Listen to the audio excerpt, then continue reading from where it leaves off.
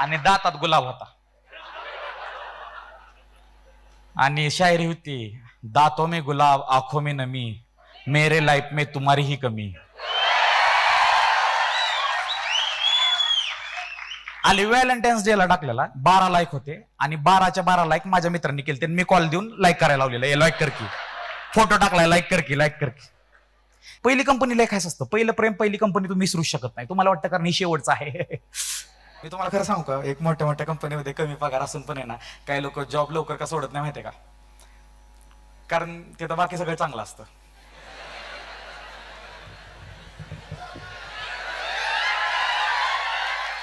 मी एक वाक्य बोललोय, अर्थ तुम्ही काढलाय. बाकी सगळं म्हणजे कॉपी मशीन आहे, स्वच्छ टॉयलेट आहेत, लॉन आहे, कॅन्टीन चांगला आहे, मेंबरशिप कार्ड आहे, क्रोमाला डिस्काउंट आहे. तुम्हाला काय वाटलं?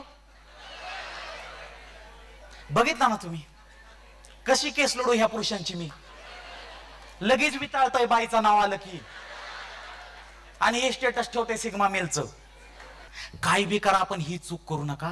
तुमच्या टीएल ला, तुमच्या मॅनेजरला, तुमच्या इंस्टाग्रामला ऍड करू नका र. तुमच्या सिक लिव्हचं खरं कारण कळेल त्याला. इकडं सिक लिव्ह टाकली तिथं नाणे घाटात नसतोय धबधब्याखाली असतो. मला हेच आवडतं माझ्या शोला. 88 वर्षाच्या आजी पण आल्यात, 8 वर्षाचं बाळ पण येतं. त्याच्या कानावर आपण अशा गोष्टी टाकतोय त्याच्या आयुष्यात त्याला काय बदल नाही काढला तर हसायला येईल. ह्याच्या पलीकडे आपल्याला काय नाही करायचं, बाकी करायचं ते त्यालाच करायचं. कॉर्पोरेट टॉक्झिक नाहीये, काही लोक टॉक्झिक आहेत. जॉब टॉक्झिक नाहीये, काही लोक टॉक्झिक आहेत. तुम्ही तुमच्या आईबापाबद्दल जर सगळ्यात भारी गोष्ट त्यांच्यावर उपकार म्हणतोय मी, तुमच्या आईबापा जर उपकार करायचे तुम्हाला काही तर त्यांच्यासाठी करायचंय तर 2च गोष्टी, कारण त्या टोटली स्वार्थी आहेत. स्वतःच्या शरीराची काळजी घ्या पहिली गोष्ट, आणि त्यांना वेळ द्या. ह्याच्या पाल्याड त्यांना काहीच नको. आणि मला एक कळलं आपल्या बॉस आणि फॉरेनच्या बॉसमध्ये फरक काय. मला 2 मॅनेजर होते, एक हितला होता आणि एक ऑनशोअरचा होता. ऑनशोअर माहिती आहे ना, म्हणजे तिकडचं बाहेर. हितला मॅनेजर मी एक दिवस सिक लिव्ह घेतली की मला म्हणायचा सिक लिव्ह म्हणजे घरी येत, मग वरनं वर्क फ्रॉम होम करणं. मॅनेजरला माझ्या एक गोष्टच कळना, सिक लिव्ह म्हणजे आजारी लिव्ह असती, वर्क फ्रॉम होम नसतं. तुला कसं कळना? आणि जेव्हा माझ्या फॉरेनच्या मॅनेजरला, ऑनशोअर मॅनेजरला कळतंय मी सिक लिव्हवर आहे, ती तेव्हा स्टेफी मोठा मेल करते, Saurabh please take care, days are not good, we have beautiful memories with you, please take care. Dengue झाला होता असं सांगितलं. बघा माझी जी मॅनेजर जी माझा पगार करते या, ती मला पॅरेग्राफ लिहून सांगते हा की तू काळजी घे, आणि जो पगार त्याच्या मार्फत येणार आहे तो मला म्हणते घरनं काम कर. मी नेहमी सांगतो, परत सांगतो, you are replaceable at work, not at family. जिवंत राहा, बाकीचं नंतर बघू. आणि तुमच्या मॅनेजरला पण तुम्ही समजून घ्यायला शिका प्लीज. मोस्टली मॅनेजरचं वय 33, 35, 40 असतं. गड्याचं लग्न झालेलं असतं, नवीन नवीन असतंय, पोरबाळ झालेलं असतंय, रात्रीचं ते झोपून देत नसतंय, त्याची झोप होत नसती, त्याचा पिकअप वेळेत होत नाही, तुम्ही वेळेत काम करत नाही. आता त्याच्या जागी स्वतःला ठेवा बरं. मी मागच म्हणले, मला जर माझ्यासारखं पोरगं झालं ना आयो, मला 3 शांत्या करायला लागत्याल. मी पप्पाला ती म्हणली, मला माझ्यागत पोरगं नाही व्हायला पाहिजे, तुम्ही म्हणून मला सहन केलाय.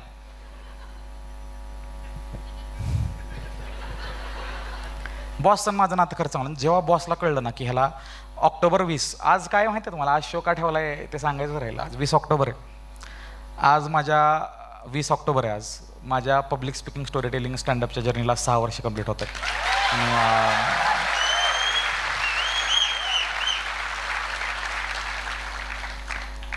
आज 6 वर्ष कंप्लीट होतात. 2018ला ॲक्सिडेंटली स्टेजवरती गेलो.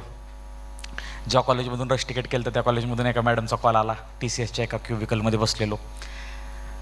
फोन आता अलाउड नव्हता तेव्हा, सगळं बाहेर ठेवायचं. जेवणाच्या वेळी बाहेर गेलो, लॉकरमध्ये एक मिस कॉल दिसला अननोन नंबरवरनं. सिंगल पोराला फेक आशा असते. मी रिलेशनशिपमध्ये होतो, मला ती आशा पण नव्हती. मला वाटलं कसा वळावला जोक. मला वाटलं क्रेडिट कार्डवाल्यांचाच कॉल असेल, कारण जेव्हा त्यांना कळतं सॅलरी अकाउंट निघाले त्यांना ऊत येतो तुम्हाला कॉल करायचा, sir do you want a personal loan, credit card पाहिजे का, तुम्ही सॅलरी अकाउंट काढले. मी अजून एक गोष्ट शिकलो. मला मागचे 4 दिवस झाले ना IDFC बँकेचा कॉल येतोय. कधीही कोणाचा कॉल आला ना, मी 10 मिनटं बोलतो, 15 मिनटं बोलतो, नीटच रिव्ह्यू देतो. बाळा तो बी त्याचा जॉब करतोय. उगच आपलं रूडली बोलाय. कुठल्याही व्यक्तीची ओळख त्याच्यापेक्षा कमी लेवलचं काम करणाऱ्या किंवा कमी पगाराच्या काम करणाऱ्या माणसासोबत तो कसा वागतो ह्याच्यावरच असतं.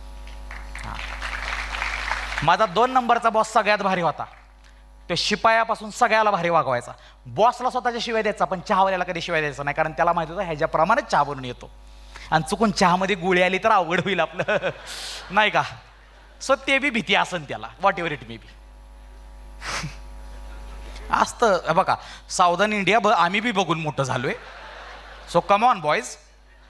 अजून जरी ओमनी दिसली तरी आमची हातभर फाटते. ओमनीमध्ये किडनॅपिंगची व्हॅन, कॉलेज गाडी म्हणजे CID. कॉलेज आले की भारी वाटतं, CID आली दया येणार. हा, गाड्यांना कोड होतं प्रत्येक, नाही का. आणि स्कॉर्पिओ म्हणलं की रोहित शेट्टीत दिसायचा. कुठं होतो आपण?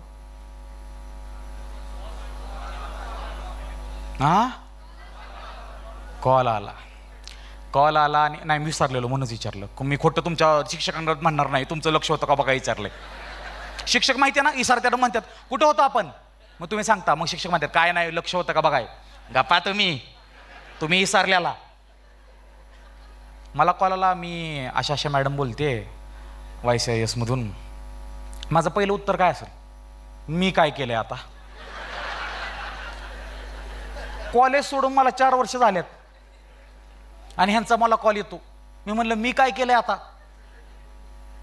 ते म्हणले काही केलं नाही, we just got inform by your another college that you got placed in 21 companies and we want to invite you for a guest speaker session. मी म्हणलं हा. मग मॅडमला वाटलं गड्याला इंग्लिश काय कळत.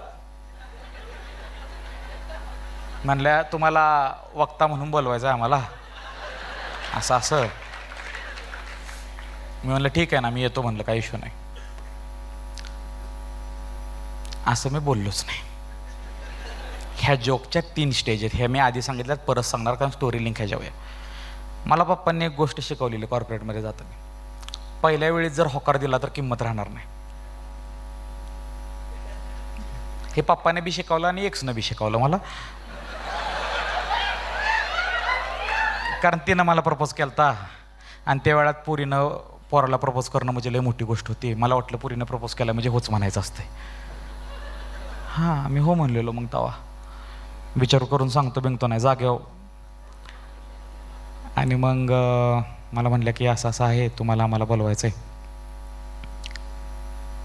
तर we will pay you 20,000 rupees for 2 hour session. मी म्हणलं 20,000. त्या म्हणल्या ना we can make it 25 and accommodate your travelling also. मी म्हणलं ma'am let me check with my team and confirm.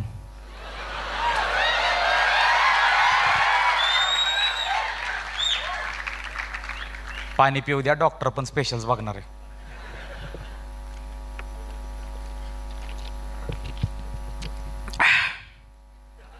ह्यातला आनंद. 2 मिनिटं घड्याकडे बघितलं. आधी असं केलं, येस येस येस. म्हणलं ma'am yes, I just confirm with my team, I am available on 20th October and my team will take it forward. माझी team कोण? जया, माझा मित्र. म्हणलं जया 25,000 मिळणार, ते 2,500 तुला देतो, माझा मॅनेजर म्हणून बोल. चालतं की मला शूटिंग काढाय बी येऊ का?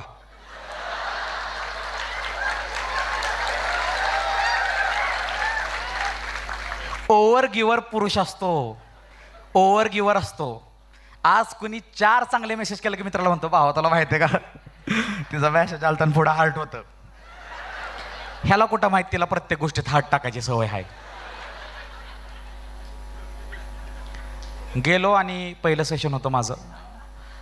3 तासाचं सेशन 6 तास चाललं. 6 तासात कोण लगवीला उठलं नाही, काय नाही. शेवटी सगळ्यांनी स्टँडिंग ओवेशन दिलं आणि मी हँग झालो. ह्याच्या आईला म्हणलं मी एवढं भारी बोलतो आणि एवढं भारी बोलतो तर माझं डेअरिंग कसं झालं नाही कॉलेज आणि शाळेत बोलायचं.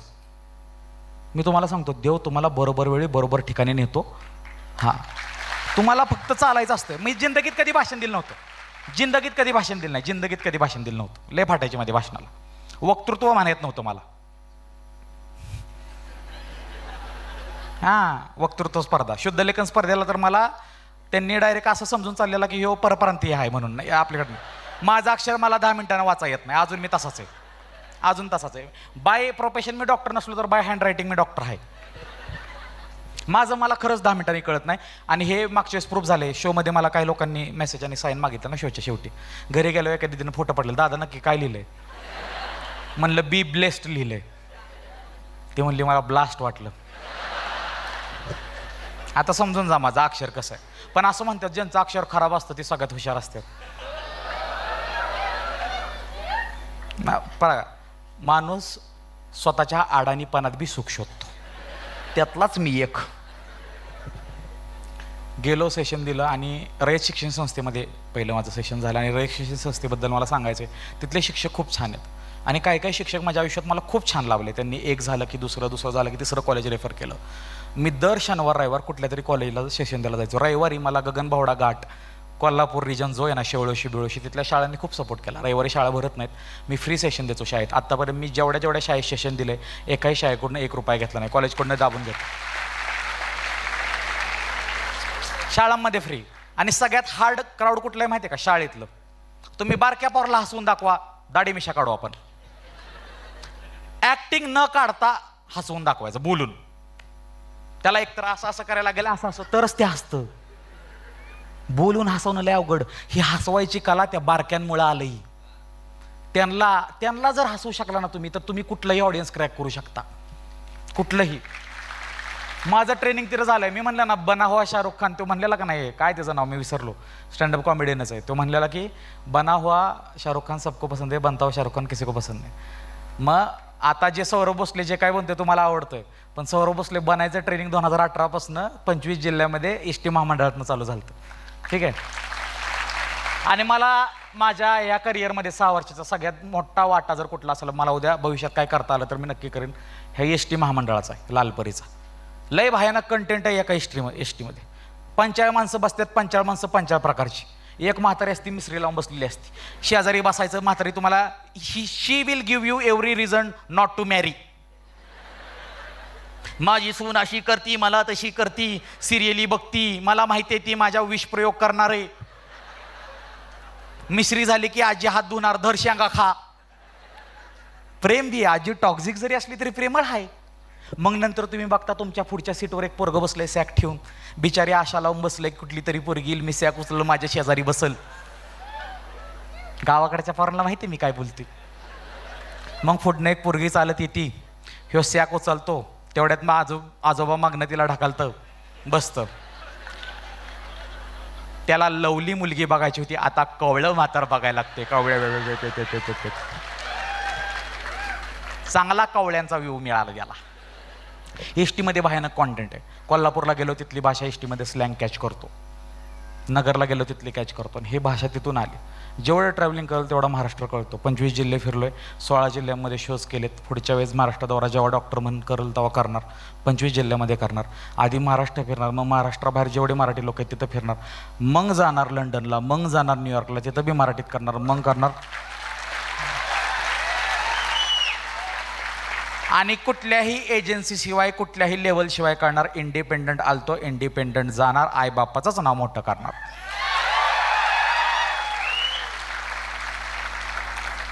येतात बऱ्याच लोकांचे मेसेज की वी विल, काय म्हणतात त्याला, की आमच्या नावाखाली तुम्ही शो करा. नाही बाबा, 6 वर्ष मी इष्टीतनं असं करत होतो, तवा हिथं आलोय, तवा तू कुठं होता माझ्या शेजारी, असं कर.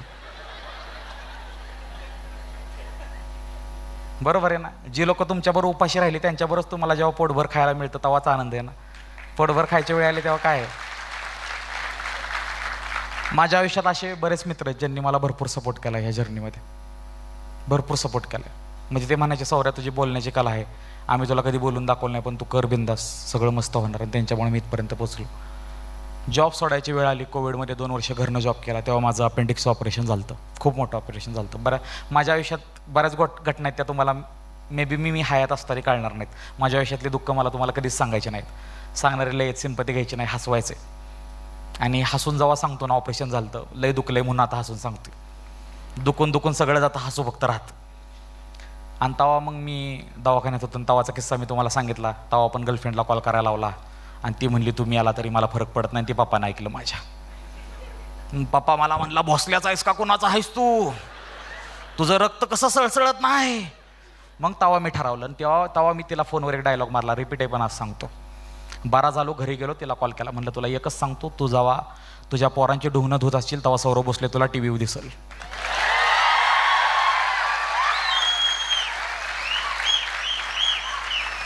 त्यातली एक स्टेप कंप्लीट झाली, ती आज पोरांची ढुंगणं धुते, मला फक्त टी व्हीवर जायचं बाकी आहे.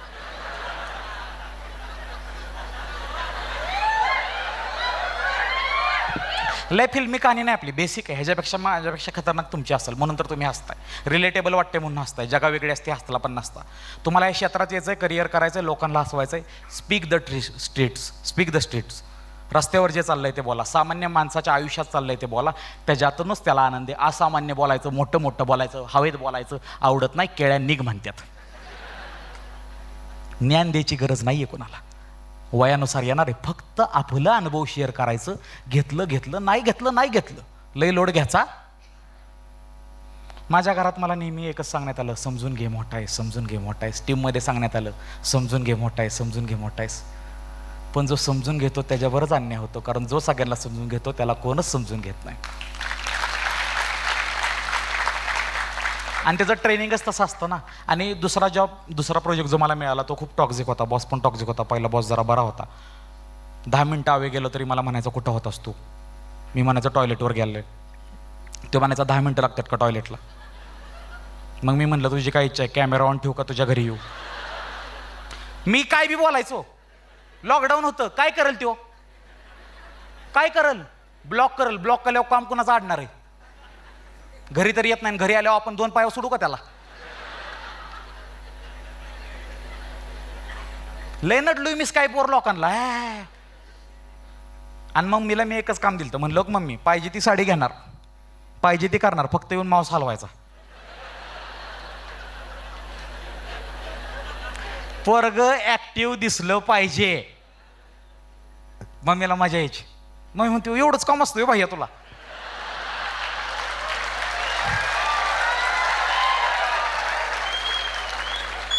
आणि तीच आई रात्री माझ्या बापाला सांगते, भैयानं दिवसभर 9 तास काम केलंय, त्याला झोपू दे शांत. हीच आई असते रे. आईला माहितीये पोरगा आडवं पडून लॅपटॉपवर बसलंय, पण बाप काय तर बोललाय म्हणून म्हणते लय काम केलं. कोविडमध्ये तेवढीच चांगली गोष्ट झाली की वर्क फ्रॉम होम मिळलं, घरातल्यांबरोबर वेळ देता आला, सगळं आलं. आणि एकदा बोलवलं ऑफिसला आणि तेव्हा गेलो आणि तेव्हा खूपच टॉक्झिक होतं सगळं. तर माझी एक HR माझ्याकडे आली, म्हणली सौरभ दिस इज टू मच नो. ती पण सोडायच्या तयारीत होती म्हणून सिंपती देत होती. इट्स बिकमिंग व्हेरी टॉक्झिक ना सौरभ राईट नाव, असं तसं. मी म्हणलं no, I am trained for this. मी मिडल क्लास फॅमिली जन्माला आलो, ही काय टॉक्झिसिटी आहे. माझी आत्या मला काय बी म्हणून जायची, मामा हाणून जायचा.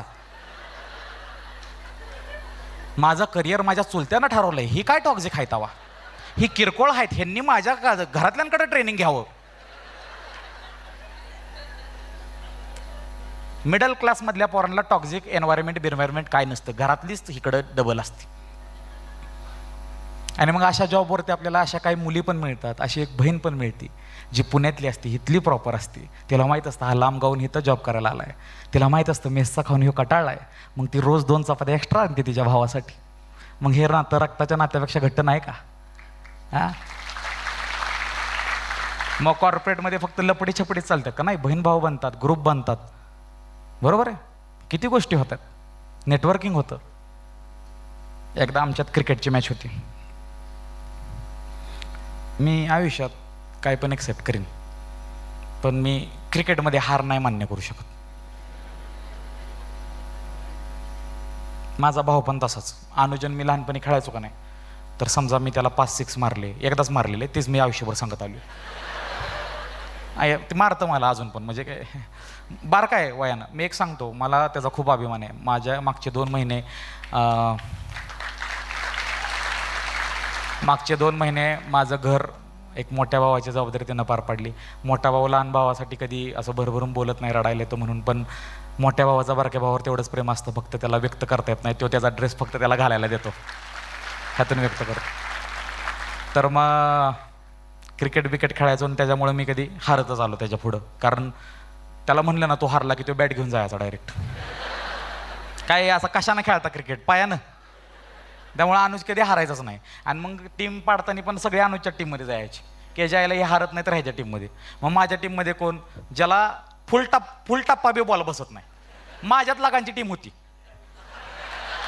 सगळी सगळी डिफॉल्टवाली, एक गुंगा एक बहिरा, त्याला सांगतोय यार लॉंग ऑनला मार, हे आणतंय असं.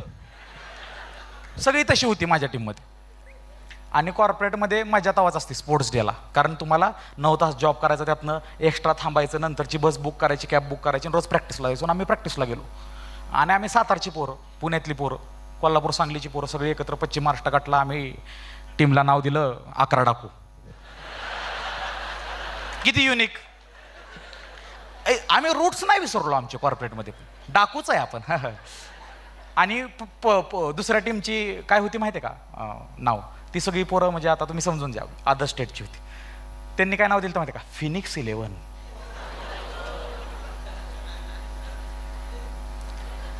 मी म्हणलं अरे त्या छापणाऱ्याला बी छापाय अवघड गेला असेल. टी शर्ट आमचं सोपं होतं, 11 डाकू. टी शर्टवर नाही कळलं तर तोंडावनं कळतंय, डाकू आहेत.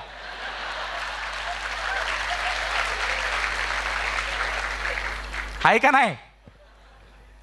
मी आता 11 डाकू म्हणल्यावर तुमच्या पुढं ज्या मित्राचा चेहरा आला ना तोच खरा डाकू.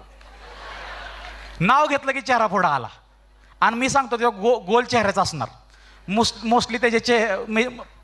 मोस्टली त्याची केस कुरळे असणार. आणि तो असा बोलत असणार, मग कशाला कॉमात बोलतो, कॉमात मग कशाला, त्याला काय होतंय, पूर्ण वाक्य नाही करत, लय रूढ असते, पूर्ण वाक्य करत नाही. आणि आम्ही सेमीफायनलला गेलो, नुसतंच ब्रेकअप झालं. गर्लफ्रेंड माझी त्याच प्रोसेसमध्ये, फुल रिबिलियन, सुट्टी देत नव्हतो. हार्दिक पांड्या होता माझ्यातला जागा,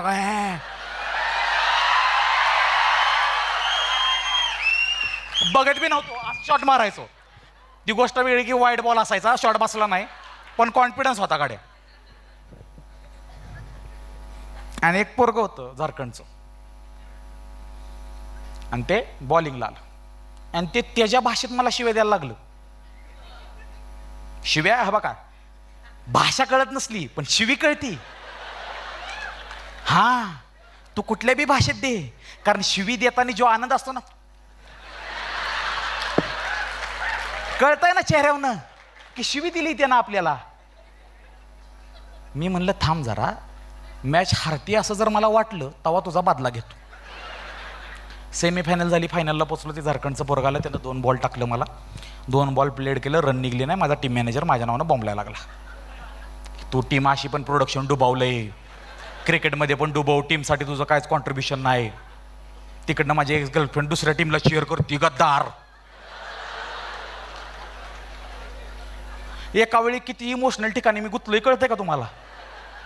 त्यात HR माझी बघते मला तिथून, जी सुंदर छान दिसायला आहे. आहे ना लक्षात?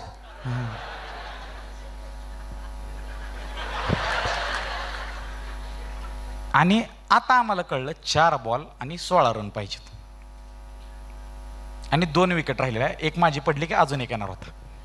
तर मी 4थ्या बॉलला 1 रन घेतली, राहिल्या 15 रन. 3 बॉल किती पाहिजेत, म्हणजे 2 6 1 4 पाहिजे. आता एक जण पुढं गेला बॅटिंगला, प्रसाद नाव होतं त्या पोराचं. प्रसाद लय वेल स्पोकन पोरग, लाडकं, गुणाचं, शिव्या बिव्या काय विषय नाही. सो ते इन्फ्लुएन्स होत नव्हतं. त्याकडे गेलो, म्हणलो प्रसाद तुझ्या पप्पाला पण 6 बसणार नाहीत. रिॲलिटी दिला डायरेक्ट मी. त्यामुळे तू 6 मारायच्या नादी लागूच नको. फक्त मी भांडायला लागलो की तू माझ्या शेजारी येऊन उभा राहा. भांडू बी नको म्हणलं, तू फक्त धर मला, की अरे सौरभ नको, अरे सौरभ नको. मी मारणार नाही म्हणलं कुणाला, तू धरायचं मला. आणि मी तिथं गेलो, ते झारखंडचं बॉलर होतं का नाही, त्याला म्हणलंय क्या बॉल डालताय, दम हे काय नाही तुझी मी. आणि त्यानं दिली शिवी. आणि हंपायरला आपण रोज चहा प्यायला न्यायचो.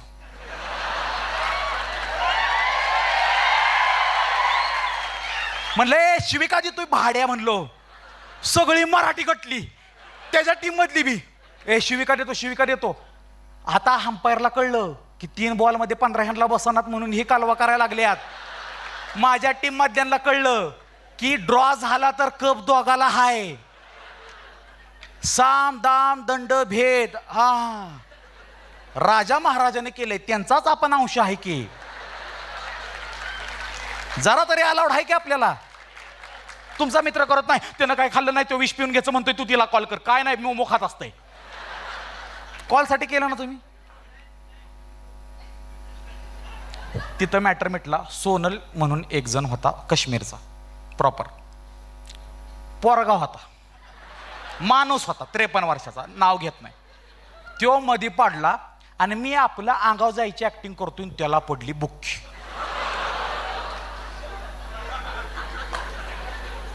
तो फ्लोअर मॅनेजर होता, त्यानं बिझनेस आणलेला. मी किती हुशार, मी म्हणलं साले सोनल सारखं मारताय तू.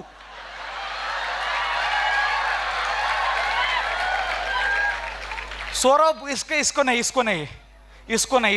सोडने का. सोनल सर म्हणलं सर एक काम करते अपन, पॉश रेज हो जाएगा सब पे. अपन एक काम करते, निपटाते. हमको ट्रॉफी नहीं चाहिए, हमको सिर्फ टाइटल दे दो, मेडल दे दो. ट्रॉफी काय आम्ही तुझ्या टीम मधून तू जेवाय गेल्या उचलून बी आणू शकतो. माझ्यातनं शाळा बाहेर गेली नव्हती, मी अजून शाळेतच होतो. चोरलं की आपलं.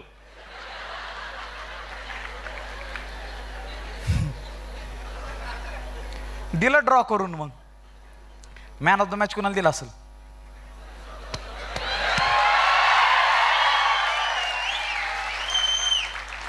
कम्युनिकेशन स्किल जर जमलं ना तुम्हाला, तुम्ही काय बी जिंकू शकता. काय बी कम्युनिकेशन लय हार्ड पाहिजे तुमचं. प्रसाद अजून मला म्हणतो आपण चुकीचं बघलो का. म्हणलं don't be so ethical boy.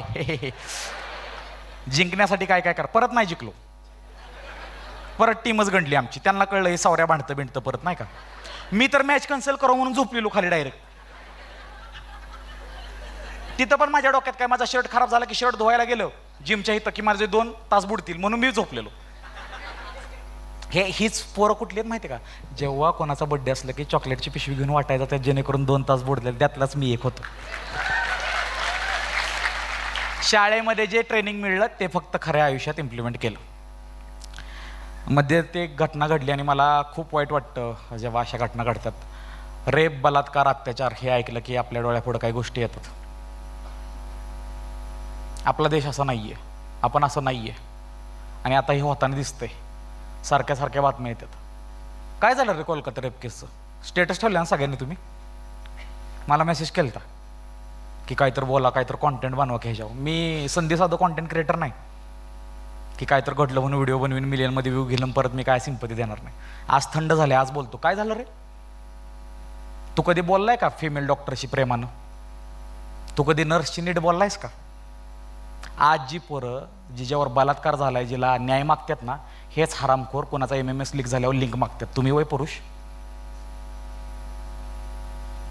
Hypocrisy. माझे मित्र आहेत की काय ओळखणारे. लिंक मागणारा हा पहिला आणि जस्टिस मागणारा तुझा स्टेटस. वय मग तुम्हाला जस्टिस पाहिजे का ट्रेंडवर वेव करायचंय? लागल म्हणाल लय लोकांच्या.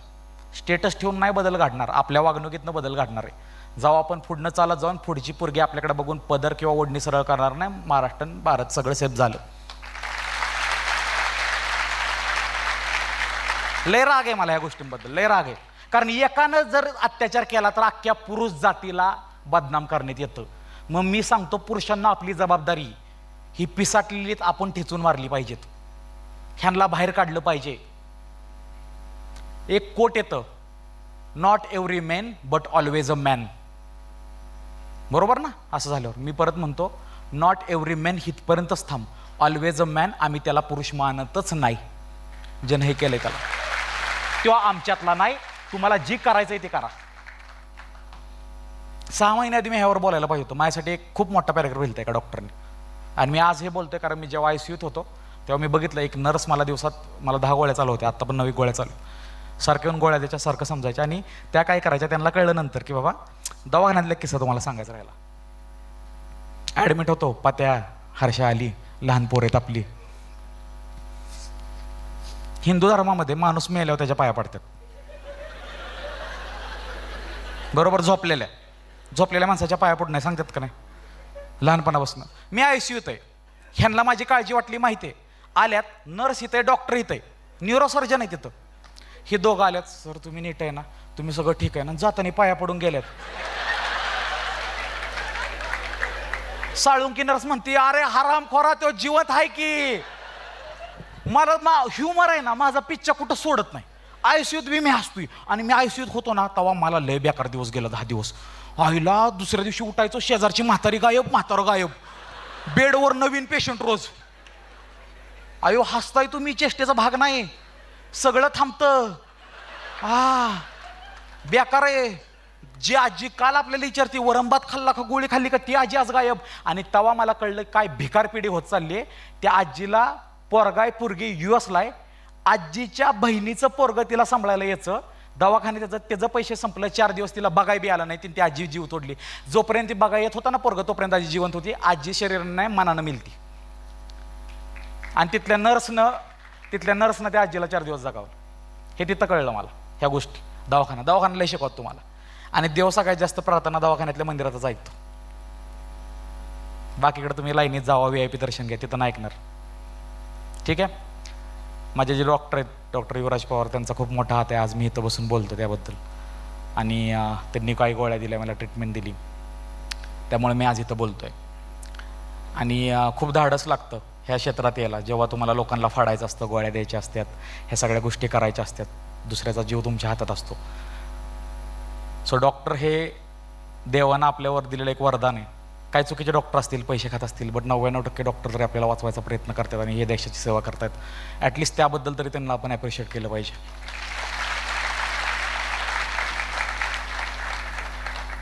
सोशल मीडियाचा खूप प्रभाव पडत चाललेला आहे प्रत्येक गोष्टीवरती. तुम्ही भांडला की तुम्हाला भांडणाचे रील येतात, प्रेमात पडला की प्रेमाचे रील येतात, पोहे खाल्ले की पोह्याचे रील येतात.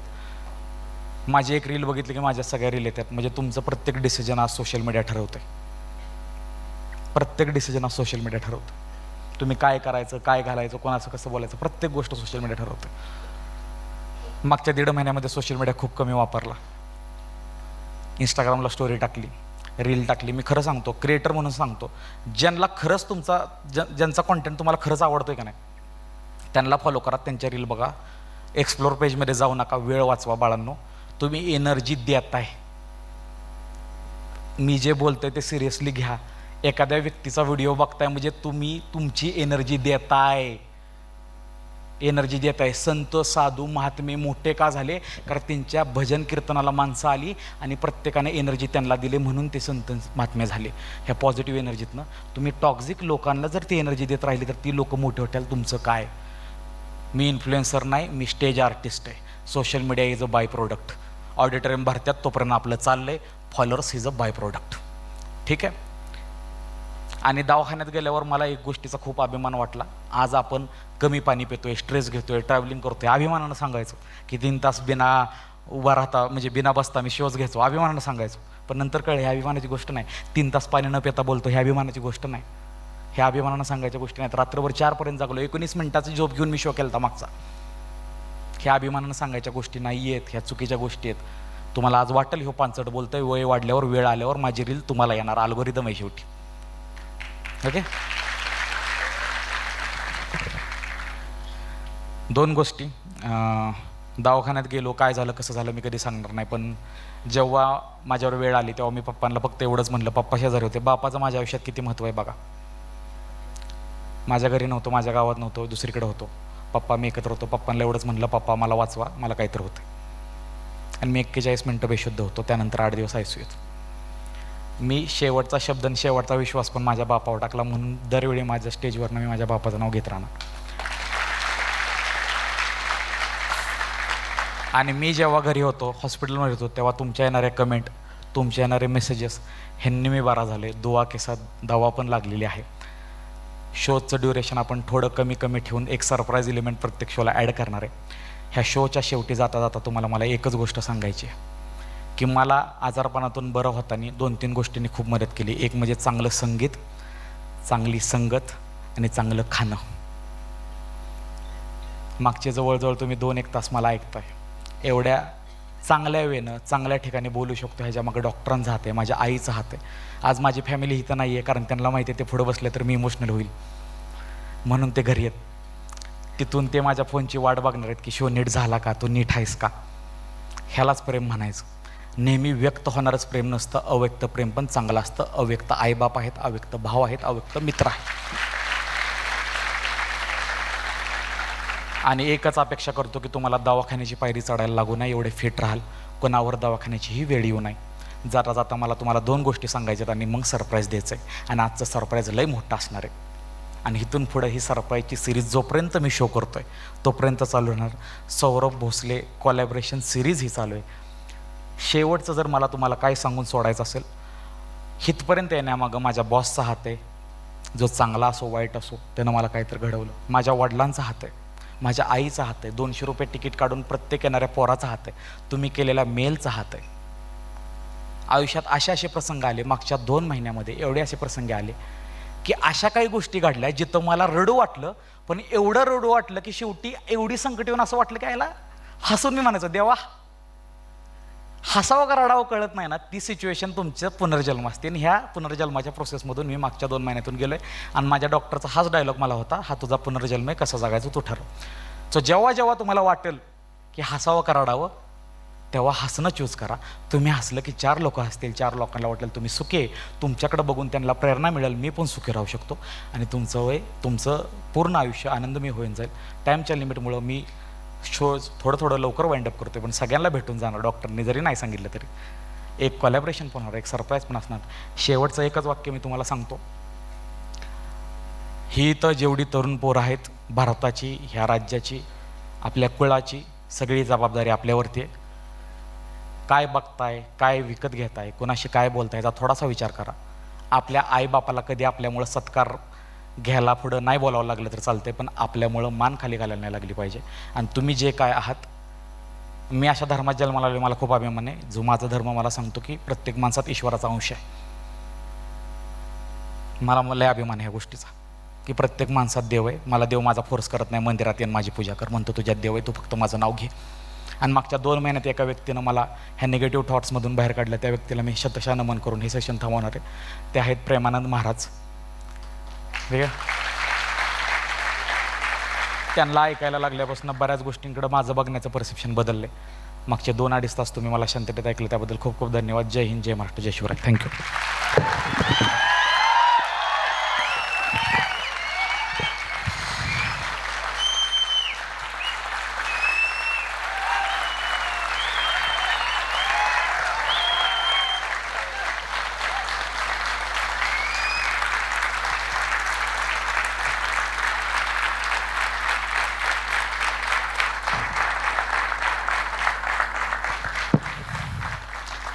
थँक्यू. आता उभे राहा, कारण उभं राहूनच पुढच्या गेस्टचं वेलकम करायचं. गेस्टमधून तुम्हाला कळलं असेल, मी म्हणलं मी बरा होण्यास संगीताचा खूप मोठा हात आहे. आणि ज्यांची गाणी ऐकून 2 महिन्यात मी बरा झालो आणि उत्स्फूर्तपणे स्टेजवर आलो, आणि ज्यातून मला शहारे मिळाले, महाराजांची गीतं ऐकायला मिळाली आणि माझ्या अंगावर काटा आला, त्या गायकाकडून, त्या लेजंडकडून आज आपण 3 गाणी ऐकणार आहे. तुमच्या सगळ्यांसाठी स्टेजवर आपण जोरदार टाळ्यांनी स्वागत करूया अवधूत गांधी सर यांचं.